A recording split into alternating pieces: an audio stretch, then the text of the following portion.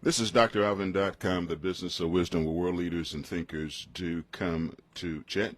Very fortunate to have an extraordinary best-selling book, Earn Your MBA, on the toilet. I'd like for us to talk to a couple of persons who put this extraordinary book together. First, let's start off with you, Rob. How you doing, Rob? I'm doing great, thank you. So what was your contribution to this important read, sir? I think I was the real brains behind the operation. I was the guy who had all the good ideas. Okay. So when did I was Mhm. so that puts me sort of in a man on the ground role, and the relationship between Rob and I has not always been good because he's a hard taskmaster, but that's a lesson that he learned.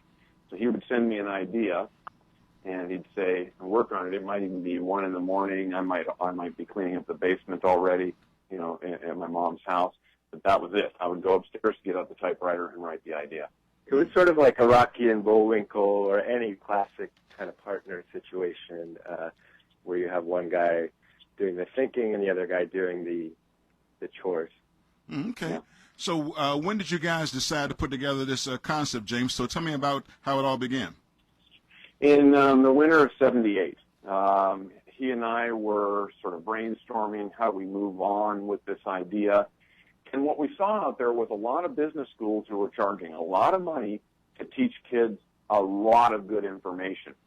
But there wasn't anyone out there who was teaching a little bit of information for a little bit of money, especially in the setting of small pieces of information that you would be able to bite-sized, if you were. And that's one thing we try to get across in our infotainment specials that we do is this doesn't just have to be on the toilet. Okay, folks, that's a marketing term. It could be anywhere that you go to the bathroom, a recliner, a settee, a divan. It could be outdoors if that's your thing. So the point is it's bite-sized chunks of information that can take you from knowing nothing about business to knowing very little but more than $11 worth. Do you see my point? Sure.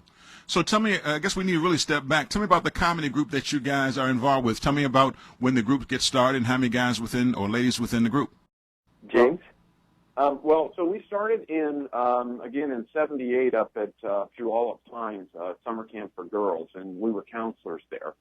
There's 4 of us in the group, Raymond, Terry, Rob, and I. And we basically started doing educational skits, or what we would call sketches, which is a combination between a skit and a sketch.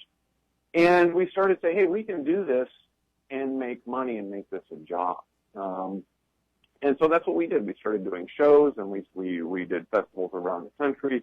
When YouTube came up, we saw YouTube. We were the first group to say, hey, why don't you put a comedy video on there instead of just a video of an animal? Before then, it was just animals.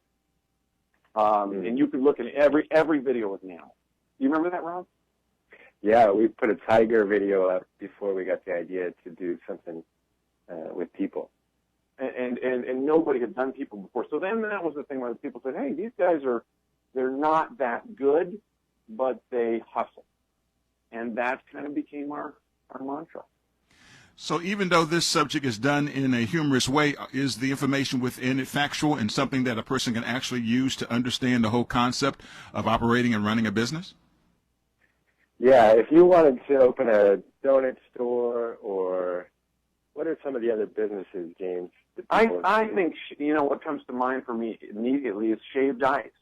Yeah. Is a shaved ice stand.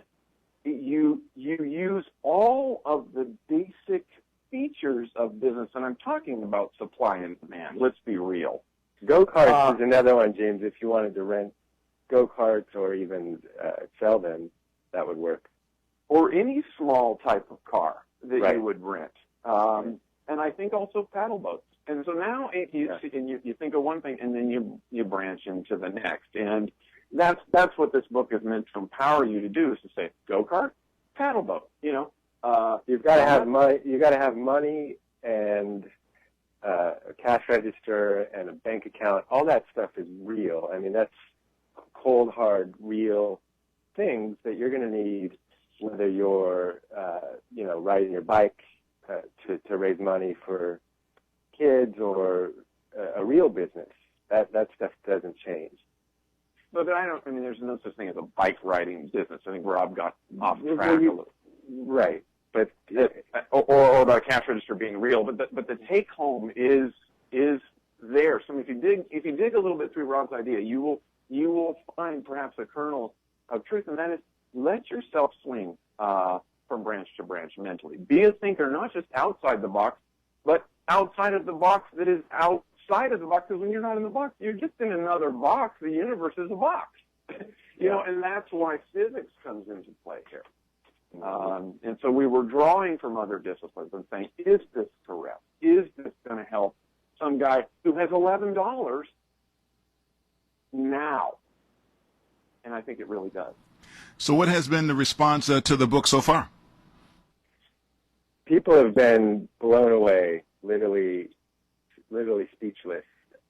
I think we're getting a really speechless reaction.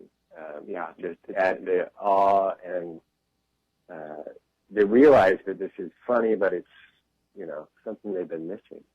Yeah, absolutely. It's just been a collective wall of silence, and that has been breathtaking for us because we say, "Wow, we did it. We hit." I don't want to say what is this, something on the head thing, but we hit the target with a dart or an arrow or whatever, and we hit it just right to where right now all of America is. They're not commenting. America has basically said no comment, and that's when you really get it right, people, it goes beyond words, and they don't know what to say. Sure. Okay. And the sales have been fabulous as well. We try to spend the money as it comes in, and I don't want to say squandered. The word squander gets a terrible reputation because what is capital? It's like, what is capitalism?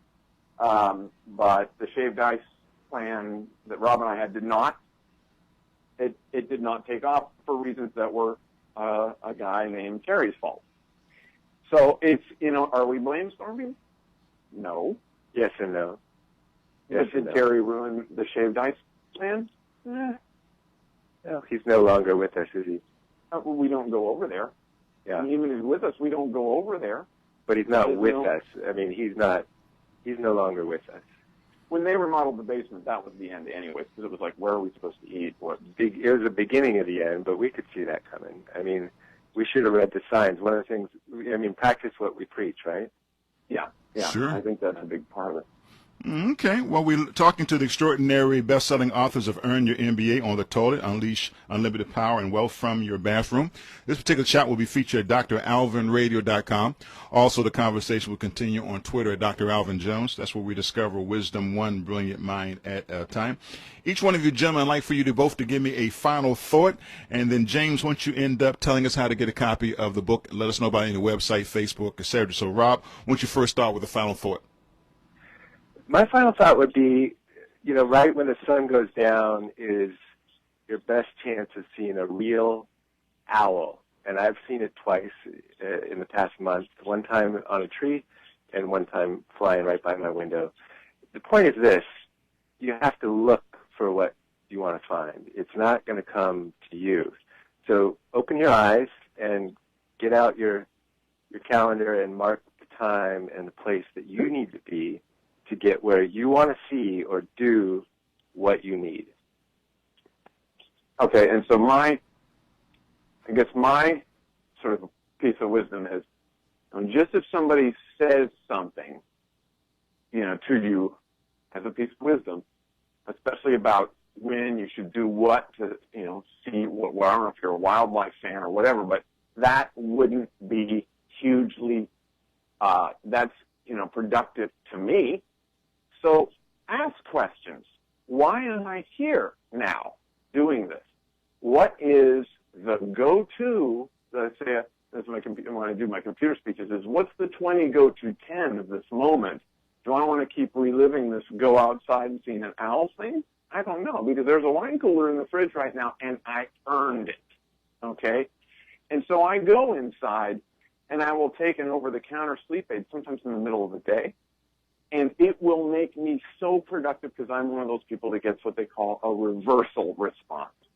And that's what I would say. And yes, you can get the book anywhere. You can get it on Amazon. You can get it at Barnes & Noble, Powell's.com. You can go to our website, which is KasperHauser.com with a K, Kasper, Hauser. And it should be available in your local bookstore as well. Well, thank you so very much, Jim, for being on today's broadcast. And you guys continue to have a remarkable and amazing day, okay? Thank you so much. All right. Thank you.